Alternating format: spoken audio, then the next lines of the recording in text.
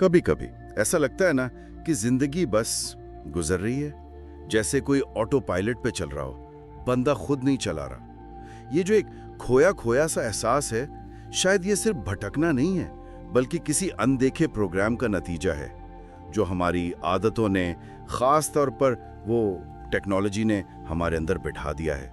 अजीब सी कैफियत, जैसे हम अपनी मर्जी के मालिक ही नहीं रहे। ये बात तो बहुत गहरी है। और आज हम जिस तहरीर का जायजा ले रहे हैं ना, प्रोग्रामिंग तोड़ो दुनिया बदलो, एक मज़ाहिया इनकलाब, वो इसी एहसास को बड़ी, आप कह लें, खूबसूरती से और हल्के फुल्के अंदाज में खोलती है। उन्वान से ही लग रहा है कि ये सिर्फ मसला नहीं बताएगी, शायद हंसते मुस्कुराते आज़ादी का रास्ता भी दिखा दे। हाँ बिल्कुल। तो आइए फिर इसी तहरीर की मदद से जरा समझने की कोशिश करते हैं, ये प्रोग्राम्ड होने की कैफियत आखिर है क्या, और अहम बात ये कि हम अपनी तवज्जो, अपनी तवानाई इससे वापस कैसे ला सकते हैं। मकसद सिर्फ जानना नहीं, बल्कि वो सुकून, वो इख्तियार जो लगता है कहीं खो गया है, इसे दोबारा महसूस करना है। जी, तहरीर का एक मरकजी नुक्ता यही है कि हम अक्सर भटके हुए नहीं होते, बल्कि प्रोग्राम्ड होते हैं। यूं समझें, हमारी रोजमर्रा की जो लातादाद आदतें हैं ना, खास तौर पर फोन या स्क्रीन से जुड़ी हुई, वो दिमाग में ऐसे पक्के रास्ते बना देती हैं जिन पर हम खुद ब खुद चलने लगते हैं। चार्ल्स डुएग ने जिसे हैबिट लूप कहा है। अच्छा, वो हैबिट लूप? जी, यानी एक इशारा मिला, हमने बेध्यानी में कुछ किया और फिर दिमाग को एक छोटा सा इनाम मिल गया, है ना?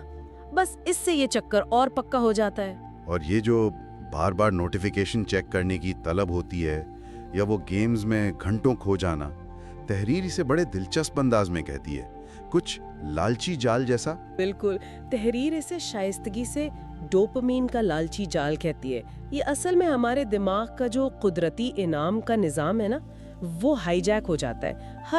हर नोटिफिकेशन, गेम का हर लेवल एक छोटा सा डोपामीन रश देता है, एक लम्हाती तस्कीन सी मिलती है। तहकीक भी यही बताती है कि ये चीज़ें मकनतीस की तरह हमारी तवज्जो खींचती हैं और हमें बार बार उसी अमल की तरफ धकेलती हैं, भले ही वो हमारे कीमती वक्त या जहनी सुकून की कीमत पर ही क्यों ना हो। तो मतलब इस जाल से निकलने का पहला कदम क्या हो सकता है फिर? क्या ये समझना कि हम ये कर क्यों रहे हैं? यकीनन सबसे पहला कदम तो आगाही है, माइंडफुलनेस जिसे कहते हैं। ये जानना कि अच्छा, मैंने अभी फोन क्यों उठाया? क्या मैं बोर हो रहा था, किसी जवाब का इंतजार था, या बस आदत से मजबूर होकर? माहिरीन इसी शऊरी आगाही पर जोर देते हैं ताकि हम अपने इन खुदकार रोबोट जैसे रवैयों को पहचान सकें।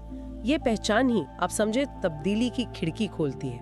अच्छा, तो जब ये पहचान हो जाए तो तहरीर आगे खुद को दोबारा प्रोग्राम करने के कुछ तरीके बताती है। ये सुनने में बड़ा टेक्निकल लगता है, दोबारा प्रोग्राम करना। नहीं, दरअसल ये बहुत नर्म और इंसानी अमल है। तहरीर इसे मजाक के साथ पेश करती है, जैसे अपने दिमाग से दोस्ती करना। इसमें एक अहम चीज है मुस्बत खुद कलामी, पॉजिटिव सेल्फ टॉक, यानी अपने अंदर जो मनफी आवाजें चलती हैं ना, उन्हें नरमी से बदलना। खुद को कोसने के बजाय ये यकीन दिलाना कि मैं अपनी तवज्जो वापस ला सकता हूँ, या मैं आज़ाद होने के काबिल हूँ।